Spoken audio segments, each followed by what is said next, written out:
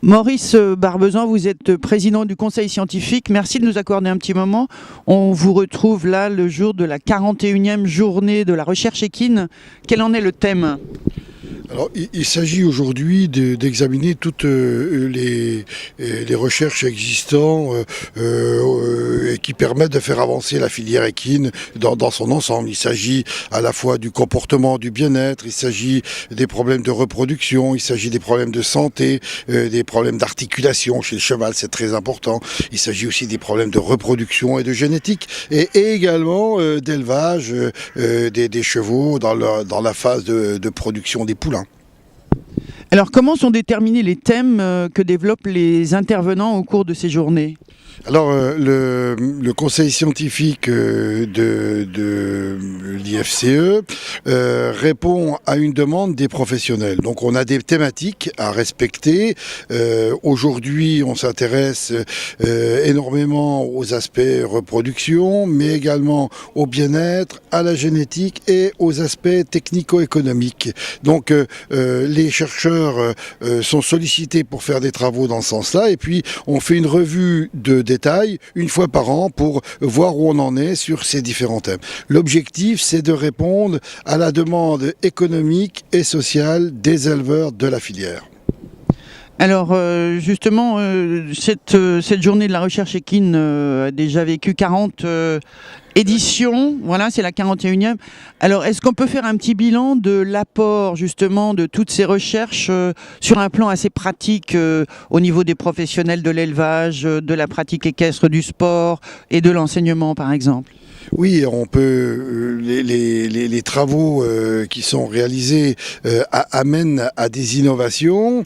Ces innovations, elles sont reprises dans le cadre de ce qu'on appelle le transfert et le développement. Elles sont traduites dans des ouvrages, dans des documents qui sont remis aux établissements d'enseignement, qui sont remis également aux acteurs du développement, y compris par exemple les chambres d'agriculture qui peuvent utiliser les références pour donner des conseils aux éleveurs et ainsi les faire profiter des avancées. Alors dans le domaine de la recherche en génétique et en génomique, ça c'est un problème un peu plus complexe qui est en train de démarrer cette année.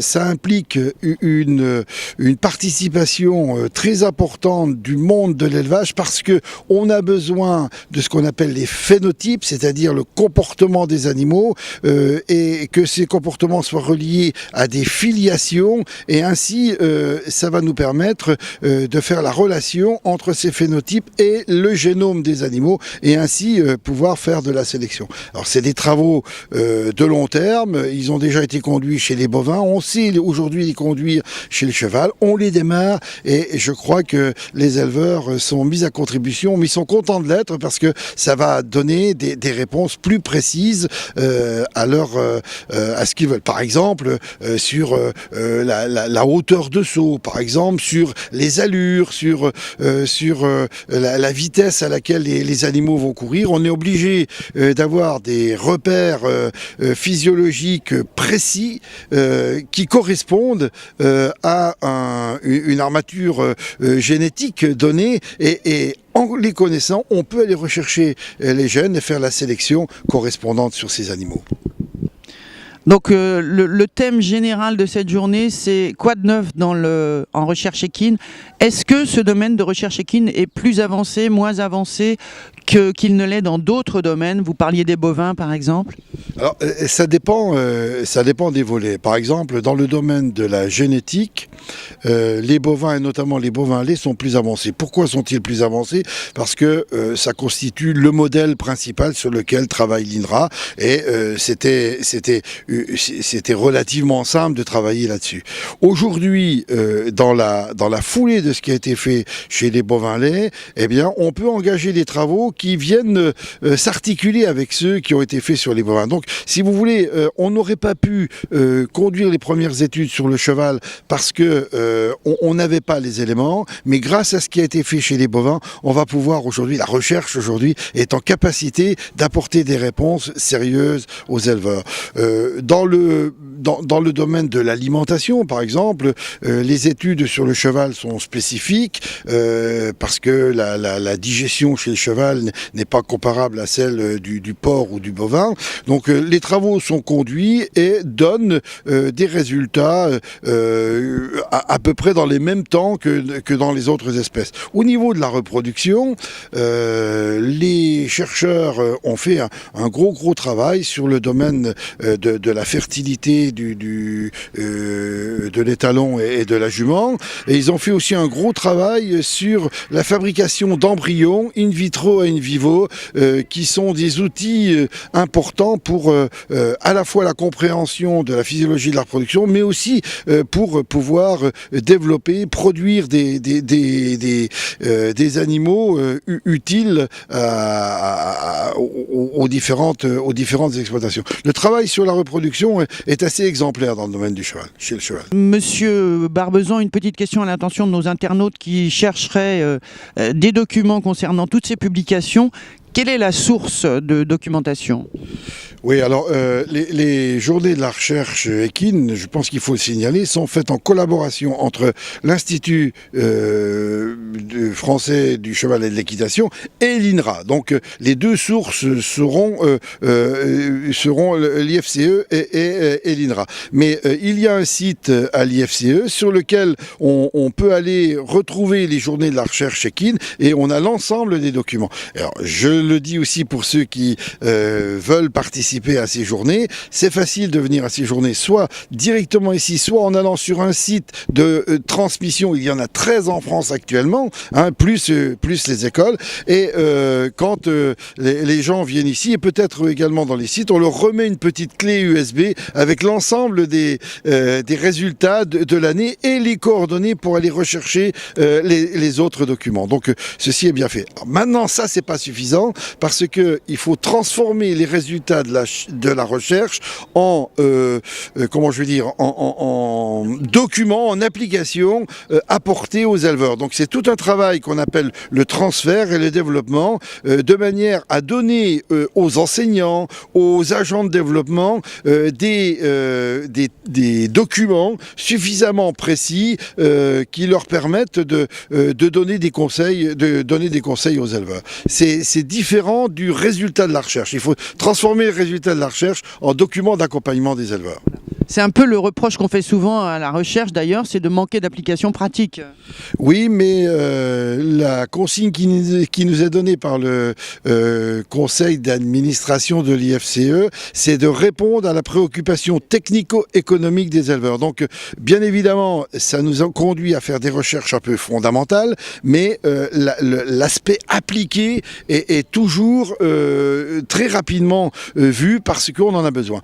Il n'empêche quand même que dans un certain nombre de cas, il faut faire des détours par de la recherche un peu plus cognitive pour arriver à comprendre un mécanisme, mais après on va transformer le résultat de la recherche en aspect appliqué. Monsieur Barbezan, outre le fait que cette journée donc est diffusée dans 13 sites, il y a également une nouveauté concernant une prolongation demain.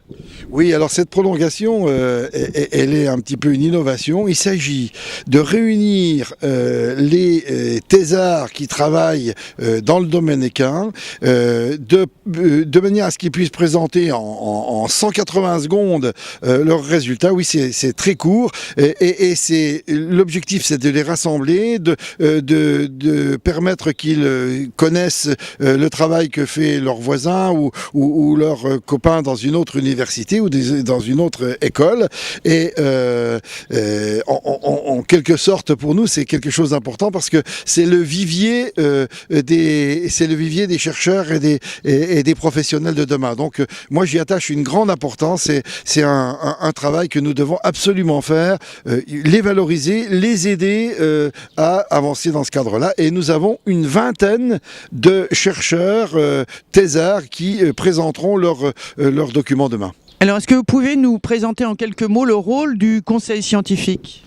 Oui, alors le conseil scientifique qui est installé à l'IFCE, il reçoit sa commande du conseil d'administration de l'IFCE, dans lequel il y a des professionnels qui disent les orientations sur lesquelles ils veulent que l'on travaille. Ce conseil scientifique établit un appel à projet annuel qui reprend les commandes venant du conseil d'administration, qui est diffusé à l'ensemble des chercheurs.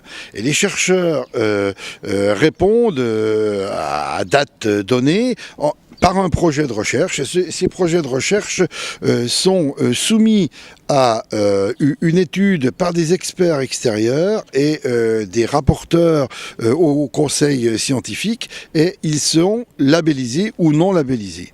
La labellisation est reconnue par l'ensemble de la filière. Le conseil scientifique de l'IFCE est reconnu comme conseil de la filière équine, et à partir de cette labellisation, il peut se présenter à différents guichets, tels que celui de l'IFCE bien évidemment, mais également celui du Fonds EPRON ou du ministère ou même des régions. Voilà, donc cette coordination nouvelle, ça fait 2 ans qu'on est parti là-dessus, permet, je crois, une meilleure efficacité du dispositif. On a une relation très intéressante, importante avec le ministère de l'Agriculture, le Fonds EPRON, Hippolia, les universités, de manière à ce que cette coordination permette une meilleure efficacité des crédits que nous gérons dans la recherche. Alors Maurice Barbezan, merci beaucoup, et évidemment on ne manquera pas de suivre les prochaines éditions de cette journée de la recherche équine. Merci beaucoup.